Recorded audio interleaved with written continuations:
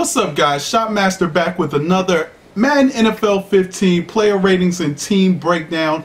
And today I'm going to take on the Philadelphia Eagles. But first, I want to congratulate Cantonis 1999 and Travis Williams. You will be put into a free drawing for Madden NFL 15. So you know what to do, guys. Just stick that like button and make a comment below on what you think. Anything, just what you think I should do next, which team you think I should do next, any suggestions. I take feedback. If you have some critical feedback you want to give to me, if you don't like what I'm doing, just post it in the comments. You might win a free copy of Madden NFL 15. Who knows? Let's get to these Philadelphia Eagles. So this year I feel like the expectations for the Philadelphia Eagles are very high. I think they'll be even better than last year in real life. And although they lost DeSean Jackson, I think matching up McCoy and Sproles in that backfield, along with the maturation of Nick Foles, with the second-year head coach Chip Kelly, I think he has enough firepower for that offense to do what he needs to do.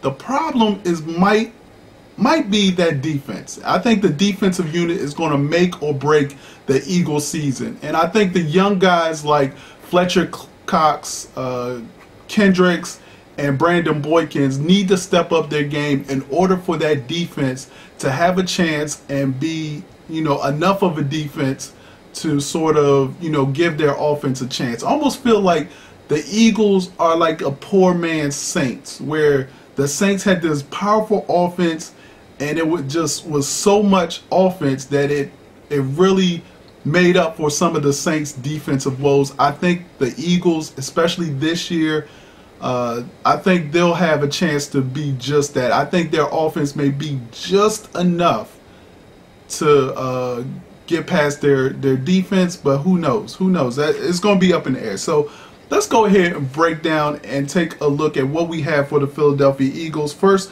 let's talk about free agent moves. Now, they lost Michael Vick. He went to the Jets. They lost DeSean Jackson. And they lost safety Patrick Chung, who actually went back to New England after a short stint in Eagles uniform. But they did pick up some key people, and that was Darren Sproles. They picked up Nolan Carroll. They picked up Malcolm Jenkins from the Saints. And I think one of the most intriguing pickups for them, especially concerning Madden, is definitely Sproles added to that backfield. I feel like now Chip Kelly, like you think of Chip Kelly, you think of that Oregon offense, and a lot of people want to say, oh, they're just going to spread it out and pass it.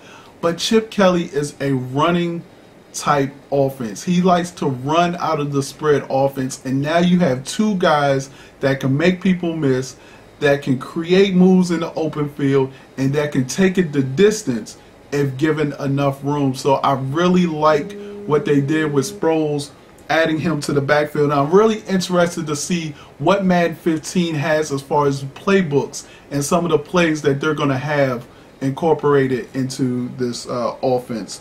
Some of the drafts that they picked up Jordan Mathews. He has 90+ speed.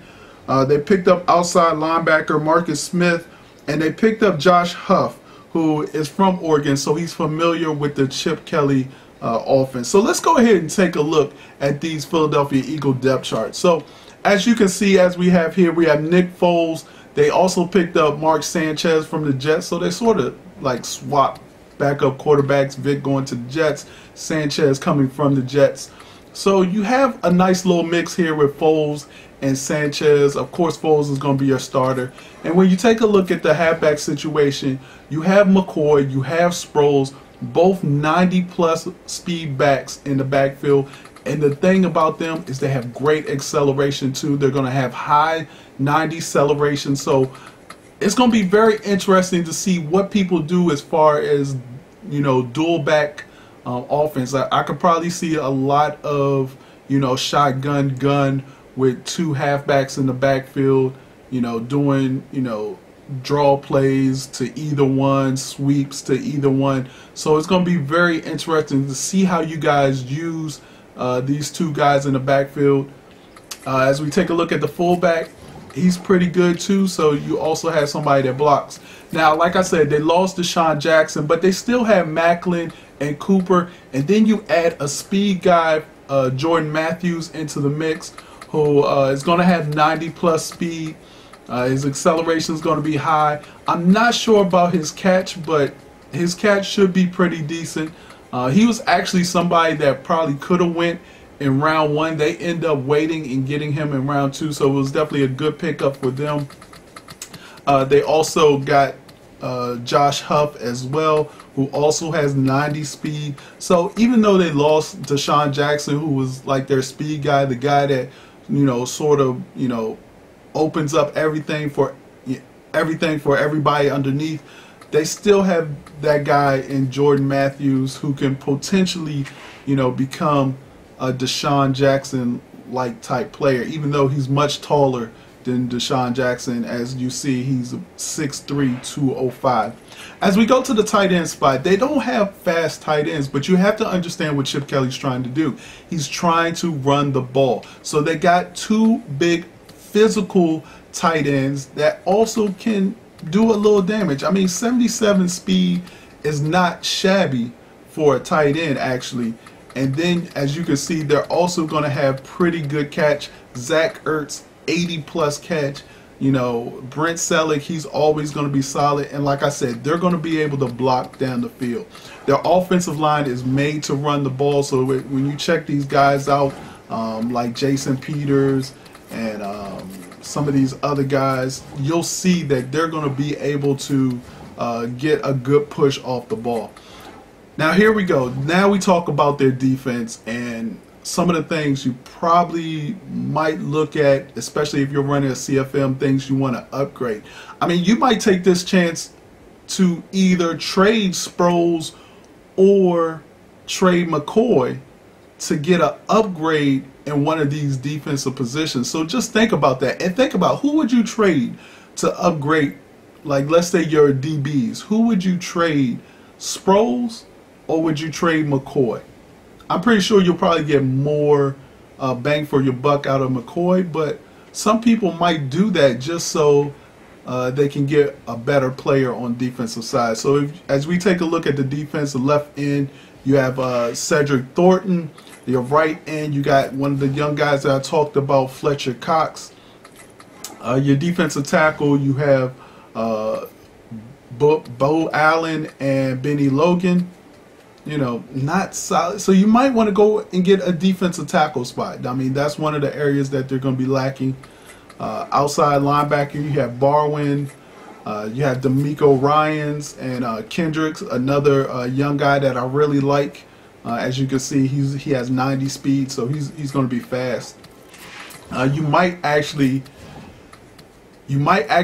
put Kendricks in the first spot for your middle linebackers and move D'Amico Ryans to your second spot. So you got Trent Cole as your outside linebacker. Again, somebody that's, you know, getting pretty long in the tooth. I know it's only his 8th year, but if you're looking to get young, he might be another piece that you can maybe, you know, sort of get rid of. Maybe you move Kendricks to the outside linebacker spot. Who knows? All right, your DB situation is, I mean, it's okay. It's not the worst situation in the world. You have Kerry Williams, you have Bradley Fetcher, you got Brandon Boykin, who I really like, who I think is a nice young guy that you can definitely improve in your CFM. You have Nolan Carroll, who came over, and you have Jalen Watkins, who is a DB that they drafted. As you can see, these DBs are not really fast other than the younger guys, Boykin and Carroll. But these two, Williams, Fletcher, they might be a liability when you're going against a really fast wide receiver and you sort of need them to at least stay close to the wide receiver. Free safety, you have Malcolm Jenkins, who came over. Again, he's a solid guy. And then you have Ed Reynolds, who is your strong safety. He was a rookie last year, actually. So that's pretty much going to be your lineup. And as we see right here, we put Sproles at kick returner. You might want to put Boykin there. It just depends on how you want to go. And that's pretty much it. There's really no other thing to talk about with the Eagles. I think they're going to be pretty solid. I think they're going to be somewhere around at 83, 84.